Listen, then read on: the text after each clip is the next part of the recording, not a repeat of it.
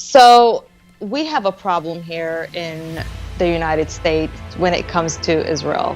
So Yes. America backs Israel 100%. We have policies for a two-state solution, but we never see American politicians even say the word Palestine.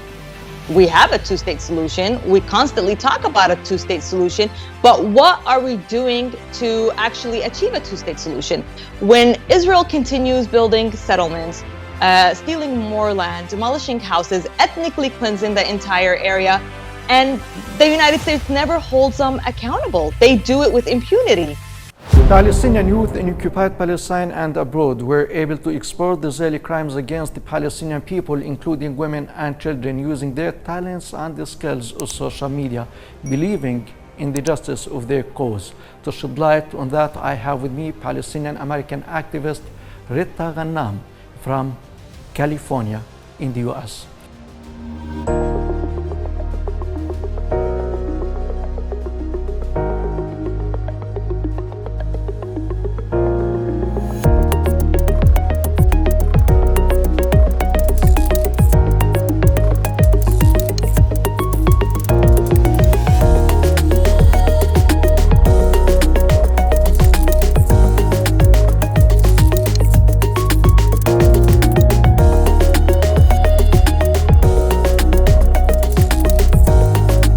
Welcome to our program, Rita.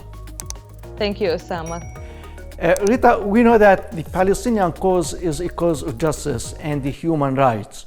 And while we are talking now, the rights of the Palestinian citizens of Jerusalem, where you are coming from, are subjected to terrible violations by the Israeli occupation army, the Israeli colonizers, and the Israeli police.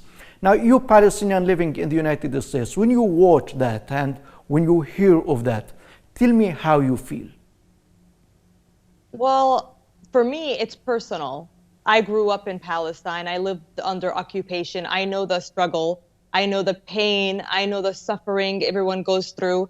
So for me, it's personal. And what I try to do here is to amplify the voices of the Palestinians, to spread awareness and let the American people know what is happening. Because over here, we have the media that never gives fair coverage for Palestinians. And I think that's one of the biggest problems we have in the United States of America, is that we don't have fair coverage, which is why many Americans don't know the realities of what's taking place in Palestine. Yes, and we know that the youth in general, in the Palestinian youth, I mean, living in the West, contributed much to exposing the Israeli crimes in the last aggression on Gaza, Jerusalem, West Bank, Palestine occupied in 1948. But we want to think of how we can keep this enthusiasm and this momentum to keep exposing the crimes of the Israeli occupation, pressuring the Israeli occupation to end its violations and its colonization of Palestine. How is that possible from your perspective as a Palestinian activist in the States? I believe the latest Palestinian youth Upspring that we witnessed paves the way for liberation.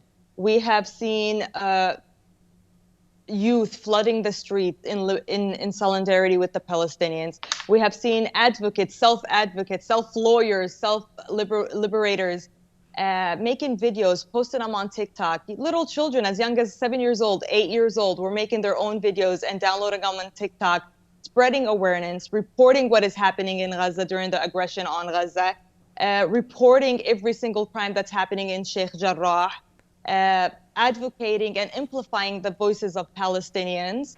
We also saw Muna al-Kurd and Muhammad al-Kurd that inspired so many Palestinians and spread the word about what's happening in Sheikh Jarrah, and that actually touched many people, and it spread awareness of what is actually taking place on the ground, what the media never shows, especially here in the United States of America, where our media is controlled, and you never see fair coverage for the Palestinian people. Yes, and Rita, do you think that is this a shift in the public opinion in the United States when it comes to the Israeli-Palestinian conflict, or just a passing event because of the fierce aggression that was launched against the Palestinians? What do you think? Is it a real change?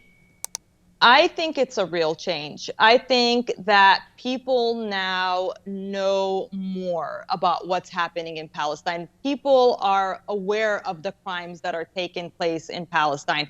They know of the occupation crimes. The apartheid system that's currently in Palestine is obvious. It's clear.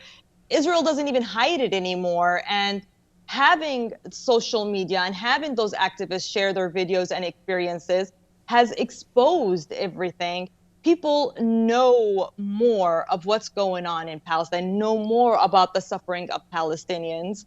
And like I always said, the Palestinian cause is a humanity cause. It's a cause of every single person that believes in humanity. And what we've seen lately is a big shift in public opinion because of those voices that came out, because of the social media platform that gave those voices an opportunity to be expressed.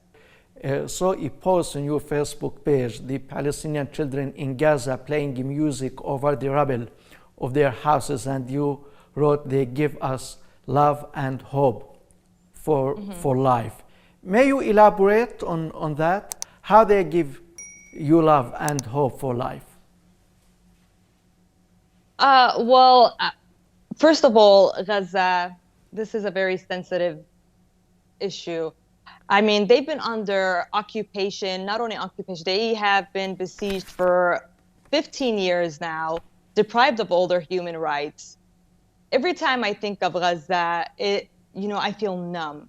How could this currently be taking place during our lifetime? 15 years after being besieged, 15 years of aggression, 15 years of wars, we have generations that have been born into Gaza that have never seen anything but Gaza. They've never left. They don't know anything else. Deprived of all their basic human rights. They don't even have drinkable water. Besieged. And I think that these people wake up every morning and smile. They sing. They go out to the streets. They share their smiles. They share their love. And that teaches us life every single day. Their love for life that they generate gives us hope and makes us feel that responsibility that we must take, that we must never give up and never stop amplifying their voices. We should never stop advocating for their freedom. Palestinians in Gaza and all over Palestine deserve freedom, equal rights, justice, and liberation. And I think it is it is our responsibility as Palestinian Americans and Palestinians all over the world that have that freedom and democracy and could use their voices freely to take on the responsibility and advocating for Palestinians, sharing their stories, and actually getting involved in the government. Israel, till this day, denies our existence. For example, this morning, I was watching a video of the new sworn-in Prime Minister Bennett, and he literally went on and denied that there's an occupation.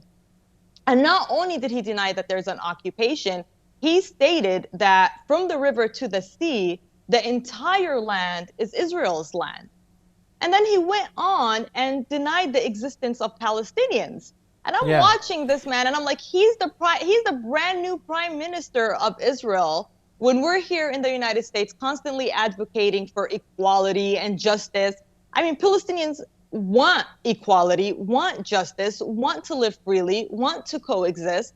And then you have these racist Israeli politicians that pop up, and all they want is to eliminate our existence. Now, against the backdrop of this Israeli extremism and Israeli ideology, which is based on the denial of the Palestinians' right to exist and to have their freedom and their state.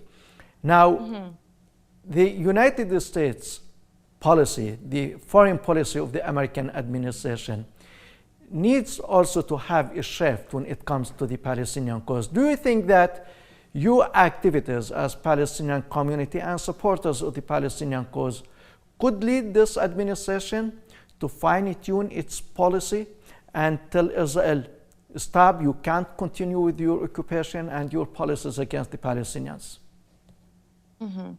So we have a problem here in the United States when it comes to Israel. So Yes. America backs Israel 100%. We have policies for a two-state solution, but we never see American politicians even say the word Palestine. We have a two-state solution. We constantly talk about a two-state solution, but what are we doing to actually achieve a two-state solution? When Israel continues building settlements, stealing more land, demolishing houses, ethnically cleansing the entire area, and the United States never holds them accountable. They do it with impunity. And this actually just accelerates Israel's crimes, and that's what we see. We also have a policy for a peace process, but do we see peace? Do we see the United States getting involved in peace? The realities is Israel and the United States, hand by hand, backed up by all the superpowers, is what allows Israel to commit all those crimes with impunity. Yeah. Us getting involved right now, we have Rashida Tlaib, we have a lot of politicians that have come out and they're not afraid to express their voices. They're not afraid to stand up for Palestinians. And I think that is making a difference in our political platforms right now. It's given Palestinians more of a voice in Congress. And I think that this is a reason why we're seeing a little bit more of a change. I don't know if it's going to be a big change or not. I think that we need to keep the momentum. We need to keep on advocating for Palestinians. We need to keep on getting involved politically. Whenever a Palestinian runs for Congress, runs for a Senate, you need to support them, make sure that they make it, back them up, help them. The more voices we have, the more we get involved, the more we could be part of the solution. The more we could help the Palestinian voices, the more we could stand up for their rights whenever a racist bill is being passed by, pro-Israeli politicians. We have our politicians and our voices that are going to stand up for our rights and our human rights. Yeah, and we hope that the winds of change has started in the United States in order to see our people liberated and living in justice and freedom. Rita Ghanam, Palestinian American activist from California, thank you very much, and it has been a great pleasure having you on our program. Thank you. Thank you so much for having me. Thank you, Osama. And thank you very much for watching, and from me, Osama Nazal. Have a good time.